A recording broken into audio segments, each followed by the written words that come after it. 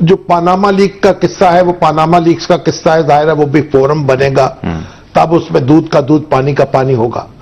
لیکن باقی الزامات جو لگائے جاتے ہیں ان میں سے ایک ایک کا جواب دینے کی ضرورت ہے. تو حکومت کو جواب دینا چاہیے. حکومت کو دینا چاہیے.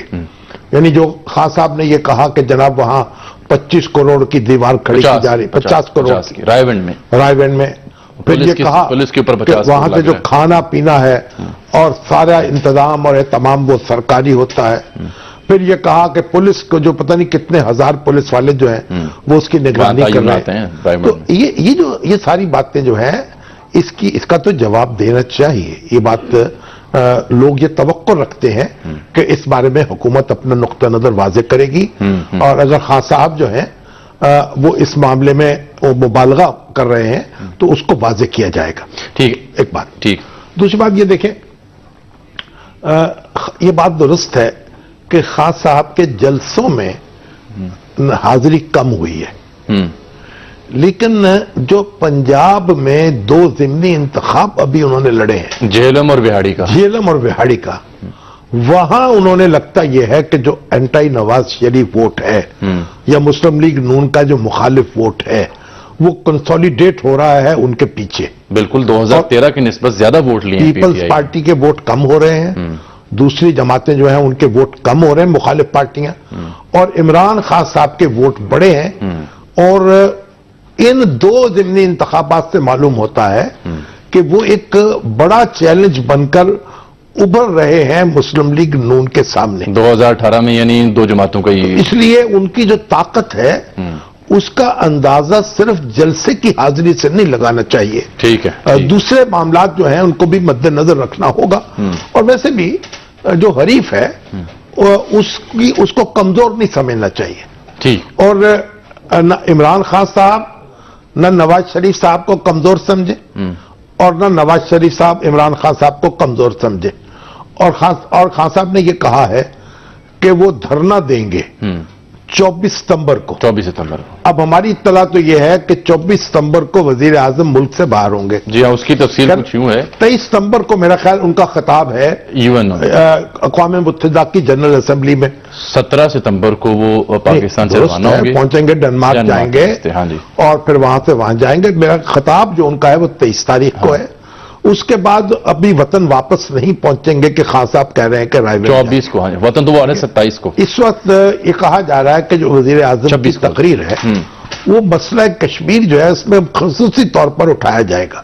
اور جو بھارت وہاں جو کچھ کر رہا ہے اور جس طرح جینا اس نے دوبر کر دیا ہے، بڑے پرزور انداز میں وزیر اعظم کشمیر کا مقدمہ وہاں پیش کریں گے. تو ایسے ماحول میں یہ بات کہی جا رہی ہے کہ خان صاحب کے بعض ساتھی کہہ رہے ہیں کہ یہ آگے کر دی جائے تاریخ. اب نعیم الحق صاحب کو آپ نے پوچھا تھا. جی میری ان سے گفتگو ہوئی تھی. ہمارے ذرائع تو یہی کہہ رہے تھے کہ جو قیادت انہوں نے تجویز دی ہے کہ خان صاحب چونکہ وزیر اعظم بھی نہیں ہے، اور پھر جو آپ نے کہا کہ مسئلہ کشمیر پہ بات ہوگی اس حالات میں تقریر کرنا، تو تجویز کو دی گئی تھی. لیکن نعیم الحق صاحب نے واضح کہا کہ نہیں جی ایسی کوئی تجویز ابھی زیر بحث نہیں. وہ 24 تاریخ عید پر بضد ہیں ابھی تک. چلیے اگر وہ اس پہ بضد ہوں گے تو ان کو خود اس کا نقصان اٹھانا پڑے گا. ویسے ایک بات یہ بڑی کروں کہ ابھی ہمارے عظیم میاں ہیں، بہت سینئر جرنلسٹ ہیں وہاں کے، تو انہوں نے یہ بات لکھی ہے اور بتائی ہے کہ مسلم لیگ نون نے چند روز پہلے جو ہمارے انسانی حقوق کے وزیر ہیں مائیکل کامران، ان کی قیادت میں اقوام متحدہ کے سامنے کشمیر کے مسئلے پر ایک مظاہرے کا پروگرام بنایا تھا. لیکن یہ اعلان تو کر دیا گیا مگر مظاہرہ بڑی نیم دلی سے ترتیب دیا گیا اور اس میں بہت کم لوگ اس میں شریک تھے. تو اب مسلم لیگ نون کو بھی یہ دیکھنا ہے کہ یہ جو کام کرنا ہے وہ بھرپور انداز میں ہونا چاہیے. وہاں مسلم لیگ نون کے بڑے بڑے عہدیدار موجود ہیں، بڑے ارکان موجود ہیں، دوسری جماعتوں کے لوگ موجود ہیں، اور کشمیر کے معاملے میں تو پورے پاکستان کے لوگ ایک ہیں. تو اس میں جو اگر چند نفری مظاہرہ جو ہے اس سے بہتر ہے کہ وہ نہ کیا جاتا. تو اب اس سے سبق سیکھنا چاہیے. اور دوسری ایک بات اور بھی آج ہم پہلے بات نہیں کر سکے، لیکن دیکھیے جو وزیر اعظم نے جو ایلچی بھیجنے کا اعلان کیا تھا، 22 ایلچی، اور مختلف ملکوں میں وہ جو لوگ جا رہے تھے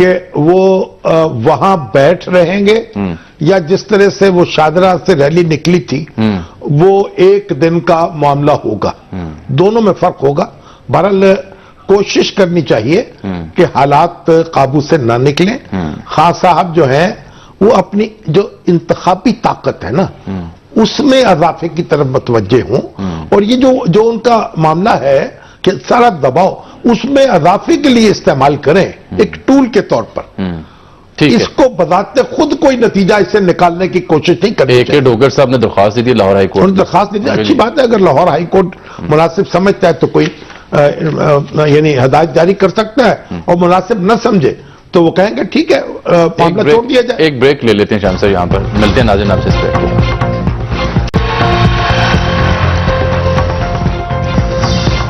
ویلکم بیک ناظرین. شام صاحب آج مولا بخش چانڈی صاحب بھی بولے ہیں اور انہوں نے وزیر اعظم صاحب کے بارے میں تو کہا بڑے میٹھے اور ٹھنڈے مزاج کے ہیں وزیر اعظم صاحب, لیکن جو وزراء ہیں وہ زہر سے بھرے ہیں. سنیں ذرا کیا کہتے ہیں, دیکھیے. بڑی دلچسپ سنانا چاہ رہا ہوں آپ کو, دیکھیے ذرا باتیں کی ہیں. ہر وقت کشتی کے لیے اکھاڑے میں کھڑے ہیں, ہر وقت دنگل کے لیے تیار ہیں. اس کا قصور نہیں ہے, وہ پائے کھاتے ہیں. وہ کون سا چوک ہوٹل ہے بھائی لاہور میں بڑا کھجے کے پائے نہیں, اور بھی اس کا پورا علاقہ ہی وہی ہے. جاؤ تو اتنا بڑا پیالہ ہے, ایک ٹانگ اس میں بکری کی پڑی ہوئی ہے. آپ کھانے کا بھی تو اثر ہوتا ہے نا بھائی. حلوہ کھاتے ہیں بڑا زبردست قسم کا, اور پھر وہ اٹھک بیٹھک کرتے ہیں, ڈنڈ مارتے ہیں, تو اس کا اثر ذہن پہ بھی آ گیا ہے. پاناما پہ آپ جواب دیں, پاناما پہ آپ لڑائی نہ لڑیں. آپ کا کام نہیں پاناما کو بہانا بنا کر آپس سے لڑنا. اپوزیشن کو راستوں پہ آنے پر مجبور نہ کریں. آپ بلا کر آپ نے کر دیا, اچھا ماحول نہیں بننے کا. اب آپ کا مینڈیٹ تو بڑا ہیوی ہے, لیکن اب جھٹکا برداشت نہیں کر سکے گا. پتہ نہیں کون لوگ ہیں آپ کو مشورہ دیتے ہیں. میں آپ سے کہہ رہا ہوں, آپ کی آپ مجھے پتا ہے یہ آواز جا رہی ہے. آپ کے کئی لوگ ہیں آپ سے بیزار ہیں, جو آپ اپنے لوگوں کو اہمیت نہیں دیتے. میں آج آپ کو مشورے دے رہا ہوں. آپ ٹھنڈے میٹھے سبحان اللہ ہیں, لیکن آپ کے 2-3 وزراء ہیں زہر کی ڈلیاں ہیں, زہر کی ڈلیاں, نمک کے بورے ہیں. انہوں نے کبھی میٹھا کھایا نہیں, نہ میٹھا کبھی بولا ہے. شاہ صاحب, مولا بخش چانڈی صاحب کی گفتگو پہ تبصرہ تو لازمی بات ہے کرنا چاہ رہے تھے ہم, لیکن میں بتانا چاہ رہا ہوں آپ کو بھی ہمیں ٹیلی فون لائن پہ جوائن کیا ہے. نہیں, یہ گفتگو اپنے آپ پر خود تبصرہ ہے, بس چھوڑ دیں, اس کو انجوائے کریں. چلیں ٹھیک ہے. ابھی ہمیں جوائن کیا ہے جناب چودھری شجاعت حسین صاحب نے, قافلے کے سربراہ ہیں, سینئر اور ممتاز سیاستدان. السلام علیکم چودھری صاحب. وعلیکم السلام. جناب آپ کو زحمت اس لیے دی ہے, کچھ دیر پہلے آپ کا ایک بیان پڑھ رہے تھے ہم کہ آپ نے کہا ہے کہ جو عمران خان صاحب کا جو رائے مارچ ہے آپ نے اس کی مخالفت کی ہے, کسی گھر نہیں جانا چاہیے. شام سے یہ بیان تھا. جو آپ کا یہی خیال ہے یہ بیان درست ہے؟ بالکل بالکل, میں نے کہا تھا. تو پھر یعنی آپ اس میں شریک نہیں ہوں گے اس مارچ میں؟ میں اس کو سمجھاؤں گا, میں آپ کو سے بھی بات کروں گا کہ یہ نئی رسم نہ ڈالیں. یہ رسم جو ہے یہ پھر آگے بڑھ جائے گی. یہ کسی کے گھر جانا جو ہے اچھی رسم نہیں ہے. یہ ٹھیک, تو امید ہے آپ کو کہ عمران خان صاحب آپ کی بات پہ توجہ دیں گے اور مان لیں گے؟ ماننے دی جائیے.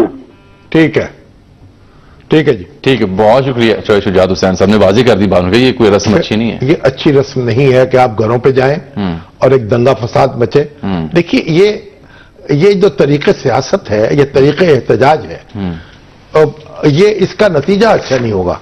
اور وہ پنجابی میں کہتے ہیں نا کہ لڑائی کا اور لسی کا جو بڑھانا ہے وہ کوئی مشکل نہیں ہے. ٹھیک, اس لیے یہ چودھری شجاعت حسین صاحب کی بات جو ہے اس پر ہی توجہ دے لیں عمران خان صاحب, اور معاملات جو ہیں ان کو یعنی آگے پوائنٹ آف نو ریٹرن پہ نہ لے جائیں.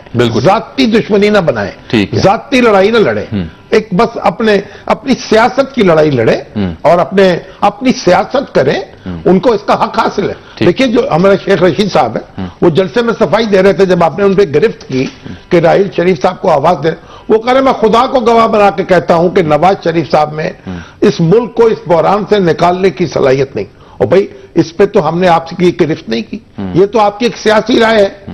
آپ اپنی سیاسی رائے دے سکتے ہیں، نواز شریف پر تنقید کریں، مسلم لیگ نون پر کریں، لیکن جب آپ راحیل شریف صاحب کو آواز دیتے ہیں پھر معاملہ جو ہے آگے بڑھتا ہے، پھر آپ کے لیے بھی مشکل پیدا ہو سکتی ہے۔ بالکل، اس لیے آپ غصہ نہ کریں، سچ بولنے کی عادت ڈالیں اور حدود و قیود میں رہیں دستور کی۔ بالکل، آپ نے جنرل صاحب کا ذکر کیا تو یوم دفاع پر انہوں نے تقریر کی اور بڑی واضح اور دو ٹوک موقف انہوں نے اپنایا مختلف جو قومی اہمیت کے معاملات ہیں، اور پہلے ان کا بیان آپ کو میں سنانا چاہ رہا ہوں۔ سن لیں۔ کیا کہا جی؟ میں ملک کے تمام دشمنوں پر یہ واضح کر دینا چاہتا ہوں کہ پاکستان پہلے مضبوط تھا اور آج ناقابل تسخیر ہے۔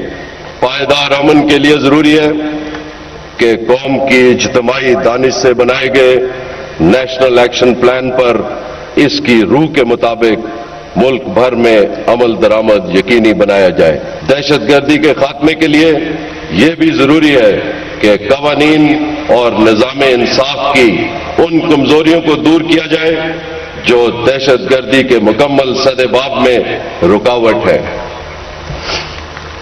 سنگین جرائم، کرپشن اور دہشت گردی کا گٹھ جوڑ مکمل امن کے حصول میں ایک بہت بڑی رکاوٹ اور معاشرے میں عدم اطمینان کا شام صاحب، یہ جرائم اور کرپشن کے گٹھ جوڑ کا انہوں نے ذکر کیا، پہلے جو گلگت میں سی پیک ہوئی تھی وہاں بھی انہوں نے یہ بات کی تھی، یہ کس نے اور کیسے دور ہونا ہے؟ یہ دیکھیے، گٹھ جوڑ جو ہے، جو کچھ جنرل راحیل شریف نے کہا ہے نا، مجھے اس سے 100% بالکل ٹھیک، بالکل ٹھیک۔ اور جرائم اور کرپشن کا گٹھ جوڑ بھی ختم ہونا چاہیے، اس میں دو رائے نہیں ہو سکتی۔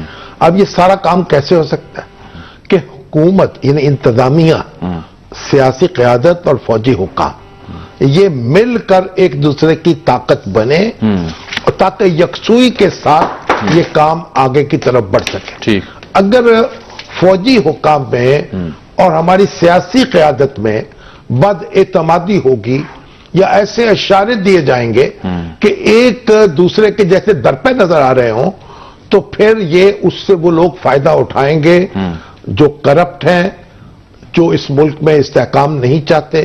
استحکام بنیادی شرط ہے، اس کے بعد ساری چیزیں پیدا ہوتی ہیں۔ یہ بیج ہے جس سے وہ پودا اگتا ہے، جسے آپ کہتے ہیں ایک اچھا معاشرہ اور منصفانہ معاشرہ جسے کہہ سکتے ہیں۔ تو مل کر جہاں فوج کے تعاون کی ضرورت ہے وہ فوج کا تعاون حاصل کیا جائے، اور جہاں حکومت کو آگے بڑھ کے اقدام کرنا ہے وہ اقدام کیا جائے۔ اس سب ایک دوسرے کے ساتھ مل کے آگے چلیں گے تو انشاءاللہ پاکستان جو ہے وہ اپنی منزل پہ پہنچے گا۔ بالکل ٹھیک جی، انشاءاللہ۔ اور شام صاحب، کچھ نامعلوم افراد کا ذکر بھی آج ہم نے کرنا ہے بریک کے بعد۔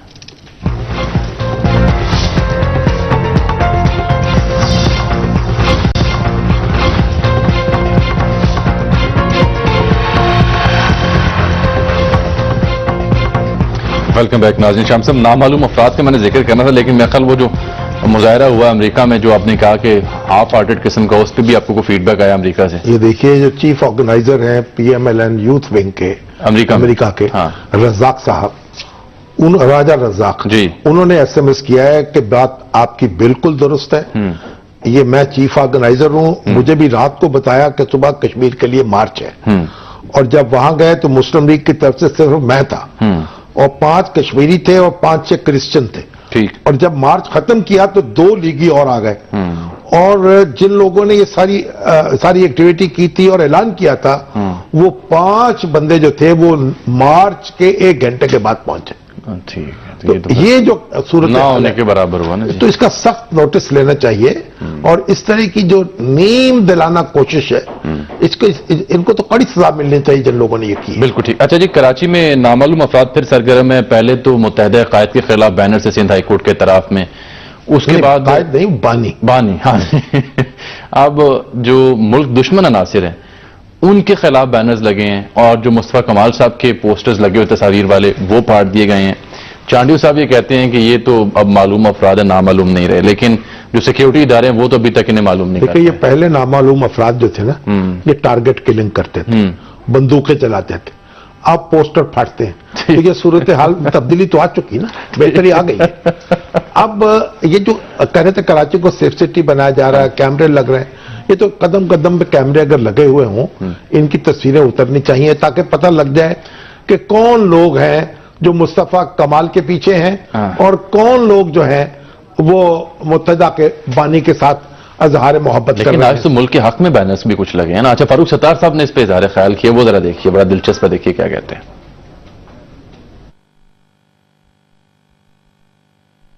یہ جو بینرز کا سلسلہ ہے میں سمجھتا ہوں کہ اب یہ بھی نامعلوم افراد ہی کر رہے ہیں. جو اس طرف کے بینر لگا رہے وہ بھی نامعلوم افراد ہیں, جو اس طرف کے بینر لگا رہے وہ بھی نامعلوم افراد ہیں.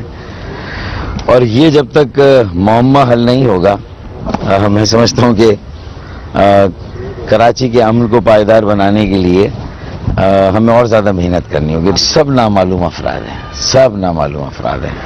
اللہ تعالیٰ ان نامعلوم افراد کو جو ہے وہ ہدایت دے. وہ کیا کہتے ہیں دعا دی انہوں نے کیا لائنیں, مصطفیٰ زیدی کا شعر ہے نا کہ میں کس کے ہاتھ پہ اپنا لہو تلاش کروں. ہاں, تمام شہر نے پہنے ہوئے ہیں دستانے. یہ دستانے اب اتارنے چاہیے. رینجرز کا کام ہے کہ ان کو بے نقاب کریں اور ان کو نامعلوم سے معلوم بنا دیں. 127 پی ایس ملیر کے انتخاب بھی ہے. یہ اشفاق منگی صاحب تھے ایم کیو ایم کے, وہ چلے گئے پی ایس پی میں, تو اب وہ ضمنی انتخاب کل ہو رہا ہے. ایم کیو ایم اور پیپلز پارٹی بظاہر نظر آئی, لیکن فائدہ کسی ہوگا؟ دیکھیے اس وقت تو ایم کیو ایم جو ہے وہ اپنی کانسٹیٹوئنسی میں میرا خیال ہے کہ ابھی تک مضبوط موجود ہے, اور بہرحال دیکھتے ہیں. اور یہ جو پاک سرزمین پارٹی تو میدان میں نہیں ہے, انہوں نے تو اپنا امیدوار کوئی کھڑا نہیں کیا, تو بہرحال دیکھتے ہیں کیا صورت بنتی ہے. اچھا جی, اب آپ یہ سن لیجیے, آج 7 ستمبر ہے. 1974 میں اس دن جو ہمارے قادیانی حضرات ہیں جو خود اپنے آپ کو احمدی کہتے ہیں, ان کو غیر مسلم قرار دیا گیا تھا 1974 قومی اسمبلی نے. ان کے جو امیر تھے, امام تھے, مرزا ناصر احمد وہاں آئے تھے, طویل جرح کی تھی ہمارے اٹارنی جنرل نے, یحییٰ بختیار نے, اور تمام سیاسی جماعتوں نے متفقہ طور پر ان کو مسلمانوں سے الگ ایک مذہب قرار دیا تھا, کیونکہ انہوں نے اپنی جرح میں یہ بات کہی تھی کہ وہ مسلمانوں کو بھی اپنے آپ سے الگ سمجھتے ہیں. تو آج وہ دن بھی منایا جا رہا ہے. ہمارے بڑے ہی سینئر اخبار نویس ہے اسلام آباد کے سید سعود ساحر صاحب, انہوں نے اس کی پوری تفصیل لکھی. وہ پہلے روزنامہ امت میں قسط وار چھپی تھی, اب کتابی صورت میں چھپ گئی ہے. تحریک ختم نبوت آغاز سے کامیابی تک, یہ بڑی ایک ارق ریزی سے انہوں نے یہ کام کیا ہے, اور اس موضوع سے دلچسپی رکھنے والوں کو اس کا مطالعہ ضرور کرنا چاہیے, کیونکہ یہ سوال آج بھی بار بار اٹھایا جاتا ہے. اب ہم اس کی تفصیل میں جانا نہیں چاہتے, یہ ہمارے پروگرام کا موضوع نہیں ہے, لیکن یہ بات اپنی جگہ ہے کہ علامہ اقبال نے بھی کہا تھا کہ یہ ہمارے سے اتنا ہی ان میں فرق ہے جتنا کہ جو مسیحی ہیں یا عیسائی ہیں ان میں اور مسلمانوں میں ہے. ٹھیک, آج ہم سب کراچی کے انسٹیٹیوٹ آف بزنس ایڈمنسٹریشن کے معمار اور بڑے عالمی شہرت یافتہ معلم ڈاکٹر عبدالوہاب کا انتقال ہوا, اور انہیں جاپان کے شہنشاہ نے جو سیکنڈ ہائیسٹ سویلین ایوارڈ تھا وہاں پر ریسرچ کے موضوع پر وہ دیا. یہ کراچی یونیورسٹی کے وائس چانسلر بھی رہے, محمد علی جناح یونیورسٹی کے وائس چانسلر بھی رہے, اور بڑے کڑے معیار کے آدمی تھے. بڑا ڈسپلن قائم کیا انہوں نے. اور آئی بی اے جو ہے اس میں تو ان کا اپنا بیٹا جو ہے اس کو داخلہ نہیں مل سکا تھا. ہاں جی, یہ میرٹ پہ نہیں آیا, چند نمبروں سے وہ رہ گیا. لیکن اور ان کی سخت گیری سے لوگوں کو شکایت بھی ہوتی تھی, لیکن ہمارا اس نے ادارے کو بنایا, اور پھر آگے پھر اب ڈاکٹر ہمارے جو عشرت ہیں, عشرت حسین, وہ انہوں نے پھر اس کو ایک بہت آگے تک بڑھایا. یہ آئی بی اے یعنی یہ نارتھ امریکہ کے بعد پہلا بزنس انسٹیٹیوٹ تھا جو پوری دنیا میں قائم, ایشیا میں قائم ہوا. تو ایک عالمی شہرت کا ادارہ ہے, اور ڈاکٹر عبدالوہاب صاحب جو ہیں ان کو اللہ تعالیٰ ان کی مغفرت کرے, اور ہمارے جو آج کے معلمین ہیں ان کو ان کے نقش قدم پر چلنے کی توفیق عطا فرمائے. آج بابا جی آج ہمارے اشفاق احمد خان صاحب جو ہیں ان کی 12ویں برسی بھی ہے. 7 ستمبر کو وہ ہم سے رخصت ہوئے تھے اس دنیا سے, ایک طویل علالت کے بعد وہ بھی ایک ان کو کینسر کا عارضہ لاحق ہوا. اور وہ ایک, میں تو ان کو سمجھتا ہوں جو پاکستان کی جو اجتماعی دانش ہے اس کا وہ ایک مظہر تھے, اور امید کا چراغ جلاتے رہے ساری زندگی, گتھیاں سلجھاتے رہے, گریں سلجھاتے رہے. وہ مسائل کی قوالینی کرتے تھے, ان کا حل بتاتے تھے اور امید پیدا کرتے تھے، حوصلہ دلاتے تھے. ان کا ایک ایک لفظ جو ہے، ان کے ڈرامے، ان کے افسانے، ان کی گفتگویں، ان کا ٹی وی پروگرام زاویہ، اس سے پہلے ریڈیو کا پروگرام تلقین شاہ، آج بھی سنیں تو آپ کو ایک بالکل امید کا ایک نیا جہان روشن ہوتا ہے. اللہ تعالیٰ ان کی مغفرت کرے. مجھ سے بڑا خصوصی تعلق تھا ان کا، بہت میں نے ان سے فیض اٹھایا، اور بانو قدسیہ جو ہیں ان سے ایک بار پھر ہم تعزیت کر رہے ہیں، اور اللہ تعالیٰ ان کا سایہ ہم پر سلامت رکھے، اور اشفاق احمد خان صاحب کو اعلیٰ مقام دے جنت الفردوس میں. شاہ صاحب، آج جو بھارتی ہائی کمشنر پاکستان میں کل کراچی میں ایک تقریب تھی چیمبر آف کامرس کی، گوتم بمبا والے، تو ایک تقریب میں انہوں نے جانا تھا تو وہ منسوخ کر دی گئی، انہیں روک دیا گیا، وہ نہیں جا سکے. اس پر دفتر خارجہ اس پر جو پاکستانی ہائی کمشنر دلی میں، ان کو بھارتی حکام نے طلب کیا کہ یہ آپ نے کیا کیا ہے، احتجاج ریکارڈ کروایا. تو جواب میں عبدالباسط صاحب جو ہیں انہوں نے گفتگو کی اور ان کو لینے کے دینے پڑ گئے. انہوں نے کہا جی میں یہاں پہ دلی میں ہوں، 8 سے 9 تقریب ایسی ہوئی ہیں جس میں مجھے مدعو کیا گیا، ایک میں صرف جا سکا ہوں، باقی میں یا تو منسوخ کر دی گئی یا مجھے روک دیا گیا. اب انہوں نے کہا آپ دلی شہر سے باہر بھی نہیں جا سکتی اجازت کے بغیر. ہم آدمی ہیں تمہارے جیسے، جو تم کرو گے سو ہم کریں گے. تو یہ انڈیا جو ہے اس کو بھی ہوش کا ناخن لینے چاہیے، ایسی تلخی پیدا نہ کرے، اور وہ تلخی پیدا نہیں کرے گا تو پھر پاکستان بھی اپنے آپ کو سنبھالے گا. کوئی وقت ہے ابھی نہیں، پروگرام کا وقت، کیونکہ وہ اظہار الافطاب کی کتاب ذکر کر لیتے ہیں ان کا تلخ نوائی، ان کے کالموں کا مجموعہ جو ہے وہ چھپا ہے.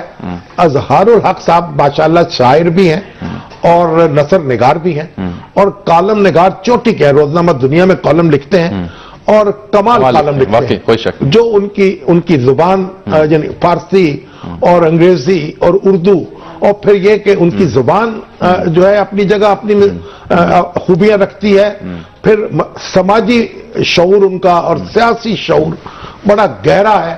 اور ان کا یہ جو ایک اردو صحافت جو ہے، بلکہ قومی صحافت کے لیے ان کی شخصیت ایک بڑا گراں قدر تحفہ ہے قدرت کی طرف. اور رؤف کلاسا صاحب نے بک کی بیک فلیپ پہ لکھا ہے کہ ان کے قلم نے کسی کا خیال نہیں رکھا، اگر رکھا ہے تو صرف اور صرف اپنے ضمیر کا. ہاں، تو یہ بڑے باضمیر روشن ضمیر شخص ہیں.